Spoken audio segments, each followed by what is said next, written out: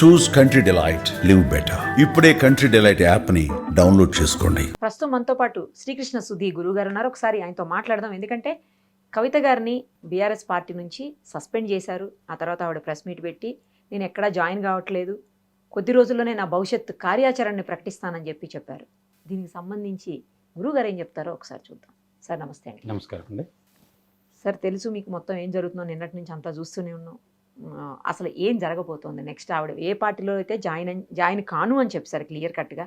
కుట్ర జరిగింది నా మీద, అందుకే వాడి పరిస్థితుంది.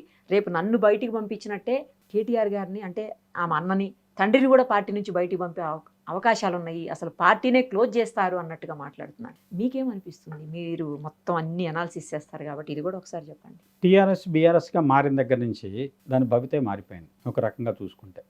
మీరు గమనించండి, జరిగింది గమనించండి. ఫస్ట్ జరగబోయే దాని గురించి మాట్లాడండి. అనూహ్యంగా దేశ రాజకీయాల్లో కీలక భూమిక పోషిస్తాం అని చెప్పేసి తెలంగాణ రాష్ట్ర సమితిని భారత రాష్ట్ర సమితిగా మార్చారు. మారిన తర్వాత ఇక్కడ అధికారం కోల్పోయింది. దేశ రాజకీయాల్లో కీలక భూమిక సంగతి పక్కన పెట్టండి, ఉన్న చోట అధికారం కోల్పోయింది. అంటే నేల విడిచి సాము చేసినట్లయిన పరిస్థితి. దాని తర్వాత క్రమంగా కేసీఆర్ గారి ఆరోగ్యం క్షీణిస్తుంది. దాని తర్వాత పార్టీలో అంతర్గతంగా కుటుంబంలో కానివ్వండి రకరకాలైనటువంటి ఇబ్బందికరమైనటువంటి పరిస్థితులు ఏర్పడ్డాయి. అది ఒక రకంగా చెప్పాలంటే పార్టీ ఎదుగుదల కంటే కూడా పురోగమనం కంటే తిరోగమనంలోకి పడింది పార్టీ అని చెప్పచ్చు. అయితే ఇక్కడ మీకు జరుగుతున్న పరిస్థితుల ప్రకారం వ్యక్తిగత జాతకాలు కనుక గమనించినట్లయితే కేసీఆర్ గారి జాతకంలో దశాఛిద్రం రాహు మహర్దశ పూర్తయి గురు మహర్దశలో గురు అంతర్దశ నడుస్తుంది. ఇది ఆయనకు గురువు అంతర్దశ వెళ్ళేంత వరకు గడ్డు కాలం, ఒక రకంగా గండకాలం కూడా. ఆయన ఆరోగ్య రీత్యా ఇబ్బందులు కానివ్వండి, ఒక రకంగా ఆయనకు గండం సూచించేటువంటి పరిస్థితి కనపడుతుంది ఆయన జాతకం, వ్యక్తిగత జాతకం. 2027 చివరి వరకు ఉండేటువంటి పరిస్థితి. 2 సంవత్సరాలు 8 నెలలు గత సంవత్సరంలో ప్రారంభమైంది. 2027 మార్చి వరకు, ఏప్రిల్ వరకు ఉండేటువంటి పరిస్థితి ఆయన జాతకం ప్రకారం. అలానే ఇప్పుడు మీకు కేటీఆర్ గారి జాతకంలో చూసుకుంటే గురువు యొక్క సంచారం ఆయనకు అనుకూలంగా లేదు. అందువల్ల ఆయనకు పరంగా కూడా ఆయన ఇప్పుడు ముఖ్యమంత్రి కాకపోయినా ఆల్మోస్ట్ యాక్టింగ్ ముఖ్యమంత్రి లాగా ఆయన అన్ని వ్యవహరించాలని చక్కబెట్టేటువంటి పరిస్థితిలో ఉన్నటువంటి స్థితిలోంచి ఒకసారి అపోజిషన్గా ప్రతిపక్ష పాత్ర పోషించాల్సిన స్థితిలోకి వెళ్ళిపోయారు. తర్వాత ఒకదాని తర్వాత ఒకటి కొన్ని కుంభకోణాలు కానివ్వండి, లేకుంటే వచ్చేసి రాజకీయంగా కొన్ని గడ్డు పరిస్థితులు ఎదుర్కొంటున్నారు వాళ్ళు. అది వ్యక్తిగతంగా చేశారా లేదా అనేది న్యాయపరమైనటువంటి చర్యలు వాళ్ళు తీసుకుంటారు. కానీ జాతకరీత్యా వాళ్ళు కొంత గడ్డు పరిస్థితులు ఎదుర్కొంటున్నారు అనేది వాస్తవంగా కనబడుతున్న విషయం. అయితే ఈ పరిస్థితుల్లో గత 2 సంవత్సరాలు కవిత గారి జాతకంలో కొంత ఇబ్బందికరమైన వాతావరణం. ఆమె జైలుకి వెళ్ళినట్టు కానివ్వండి, లేకుంటే వచ్చేసి ఆమెకి గురుబలం లేని పరిస్థితుల్లో గత 2 సంవత్సరాలు ఆమె ఒక రకంగా ఎదురీదారని చెప్పచ్చు. ఎన్నికల్లో ఓడిపోయారు ఒకటి. తర్వాత వచ్చేసి తను ఎమ్మెల్సీ అయినా కూడా పార్టీలో వచ్చేసి ఏదో లిక్కర్ సంబంధించిన కుంభకోణం అని చెప్పేసి ఆమె జైల్లో ఉండటం, తిహార్ జైల్లో ఉండటం, వీటి వల్ల ఆమె పరిస్థితి. కాకపోతే ఇప్పుడు ఆమె జాతకంలో మంచి అనుకూలమైనటువంటి కాలం ప్రారంభమైందని చెప్పచ్చు. ఓకే. ఎందుకంటే పుట్టినప్పుడు గురుడి మీదకి గోచార గురుడు వచ్చినప్పుడు జీవితాన్ని ఒక మంచి టర్న్ తీసుకుంటారని చెప్తాం. అలాంటి దానికి అనుకూలమైనటువంటి పరిస్థితి. దాంతోపాటు శుక్ర అంతర్దశ ప్రారంభమవుతుంది ఆమెకి. తద్వారా ఏంటంటే ఆమె తెలంగాణ రాష్ట్ర రాజకీయాల్లో అత్యంత కీలకమైన పాత్ర పోషించగలుగుతారు రాబోయేటువంటి సంవత్సరాల్లో.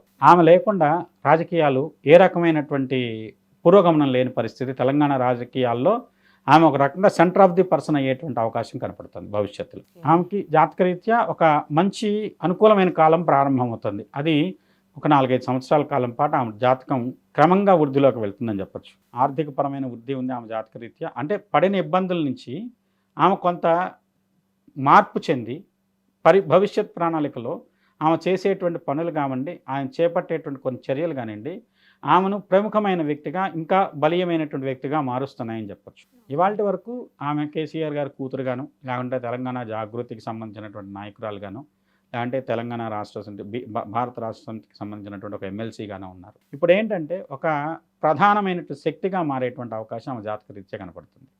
అది భవిష్యత్తులో ఇంకొకటి ఉందండి మీకు కాలజ్ఞానంలో ఏమనంటే, గోల్కొండ కోటపై బంగారు కోమలి నాట్యం ఆడేనయా అని చెప్పేసి ఆయన ఒక చోట చెప్తారు. అది ఏమికి వర్తిస్తుందని చెప్పి నేను చెప్తాను. దాన్ని కాలజ్ఞానంలో ఉన్నటువంటి వాక్యం ప్రకారం తెలంగాణ అంటే గోల్కొండ కోట మీద ఒక స్త్రీ తన యొక్క అధికారాన్ని చలాయించేటువంటి అవకాశం ఉంది అని చెప్పేసి.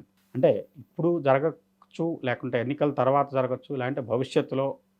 ఇప్పుడు కాలం అనేది ఇప్పుడున్న పరిస్థితుల ప్రకారం మనం మాట్లాడుకుంటాం. గత 2 సంవత్సరాల్లో ఏం జరిగింది, రాబోయే 2-3 సంవత్సరాలు ఏం జరుగుతుందో కొంతవరకు విశ్లేషణ చేయగలుగుతాం. ఆ భవిష్యత్తులో ఎలక్షన్స్ ఎప్పుడు వస్తాయి, ఏ పార్టీలో ఉంటారు, ఎవరు లీడ్ చేస్తారు, ఈమె పాత్ర ఏమిటి, తద్వారా ఏంటంటే ఏ పార్టీని సపోర్ట్ చేస్తారు, లేదంటే ఏమే సొంత పార్టీ పెడతారా, ఆ పార్టీ భవిష్యత్తు ఎలా ఉంటుంది, ఇవన్నీ ప్రారంభమైన రోజులను బట్టి మేము విశ్లేషణ చేయడానికి అవకాశం ఉంది జ్యోతిషపరంగా. కానీ ఆమె యొక్క పాత్ర మటుకు చాలా విలువైనటువంటి పాత్రను పోషించేటువంటి అవకాశం ఉన్నటువంటి జాతకం కింద చెప్పొచ్చు. రాబోయే రోజుల్లో కీలక భూమికి పోషిస్తారు ఆమె ఖచ్చితంగా. ఆమె జాతకం కొంతకాలంలో అంటే గత కొంతకాలంగా ఉన్నది, కానీ ఇప్పుడు ఆమె ప్రాధాన్యత పెరుగుతుందని చెప్పొచ్చు. బాగా విలువైనటువంటి పాత్ర పోషిస్తున్నారు రాజకీయాల్లో. ఓకే, అంటే మీకు అనిపించిన దాని ప్రకారం ఏదైనా పార్టీలోకి వెళ్ళే అవకాశం ఉందా, లేదంటే ఆమె సొంత పార్టీతో వచ్చేటువంటి అవకాశాలు కనిపిస్తున్నాయా? కొంతవరకు వేరే పార్టీతో కలిసేటువంటి అవకాశమే కనపడుతుంది ఆమె వ్యక్తిగత జాతకం ప్రకారం. ఒక జాతీయ పార్టీతో అనుసంధానం అయ్యేటువంటి పరిస్థితులు కనపడుతున్నాయని చెప్పొచ్చు ఆమె జాతకం ప్రకారం. కానీ ఇక్కడ చూస్తుంటే 2 జాతీయ పార్టీలు మాకొద్దు, మేము తీసుకోమని చెప్పేస్తున్నాయి ఆమెను. ఏమో భవిష్యత్తులో పార్టీతో పొత్తు పెట్టుకుని ఆమె సొంత పార్టీ పెట్టి భవిష్యత్తులో పొత్తు పెట్టుకుని 2 పార్టీలు కలిపి ప్రభుత్వాన్ని ఏర్పరిచేమో. ఓకే, దాంట్లో ఈమె ముఖ్యమంత్రి అవుతారా లేదా అనే తర్వాత విషయం. కానీ ఈమె యొక్క సపోర్ట్తో వేరే వాళ్ళైనా ముఖ్యమంత్రి కావచ్చు, లేదంటే ఆ పార్టీ అధికారంలో రావడానికి ఈమె సపోర్ట్ కీలకమయ్యేటువంటి పరిస్థితులు కనపడవచ్చు. ఎందుకంటే సంకీర్ణ ప్రభుత్వాలు ఏర్పడిన పరిస్థితుల్లో ఇప్పుడు మహారాష్ట్ర రాజకీయాలు ఏం చూసాం మనం. మహారాష్ట్ర రాజకీయాల్లో అనూహ్యంగా షిండే గారు ముఖ్యమంత్రి అయ్యాడు. అలానే వచ్చేసి ఉద్ధవ్ ఠాక్రే కొన్నాళ్ళు ముఖ్యమంత్రిగా చేయగలిగారు. ఇప్పుడు వచ్చేసి మళ్ళీ పాత ఆయన వచ్చేసి మళ్ళీ ముఖ్యమంత్రి అయ్యాడు. గత 5 సంవత్సరాల్లో మహారాష్ట్ర రాజకీయాల్లో ఒక రకంగా కుర్చీలు ఆటే ఆడారు. ఆయన కొన్నాళ్ళు ఈయన కొన్నాళ్ళు, అలా కాదు ఇలా కాదని చెప్పేసి. దీంతో ఈ తెలంగాణ రాజకీయాల్లో కూడా అలాంటి మార్పులు భవిష్యత్తులో వచ్చేటువంటి ఎన్నికల తర్వాత కొన్ని అలాంటి పరిస్థితుల్లో ఈమె కీలకమైన పాత్ర పోషిస్తారని చెప్పొచ్చు. ఈ రాజకీయ నాయకులకు సంబంధించినటువంటి డేట్ ఆఫ్ బర్త్లు కరెక్ట్గా ఉంటాయా గురువుగారు? అసలు దేన్ని ప్రామాణికంగా తీసుకుంటారు మీరు?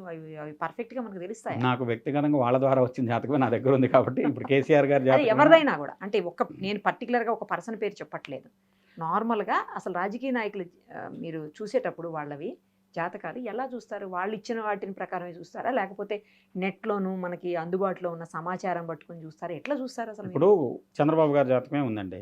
ఆయన 3-4 డేట్ ఆఫ్ బర్త్లు ఉన్నాయి. దాంట్లో ఫిబ్రవరిలో, ఏప్రిల్లో ఒకటి చెప్తారు, ఆగస్టులో ఒకటి చెప్తారు, ఇలా రకరకాలు ఉన్నాయి.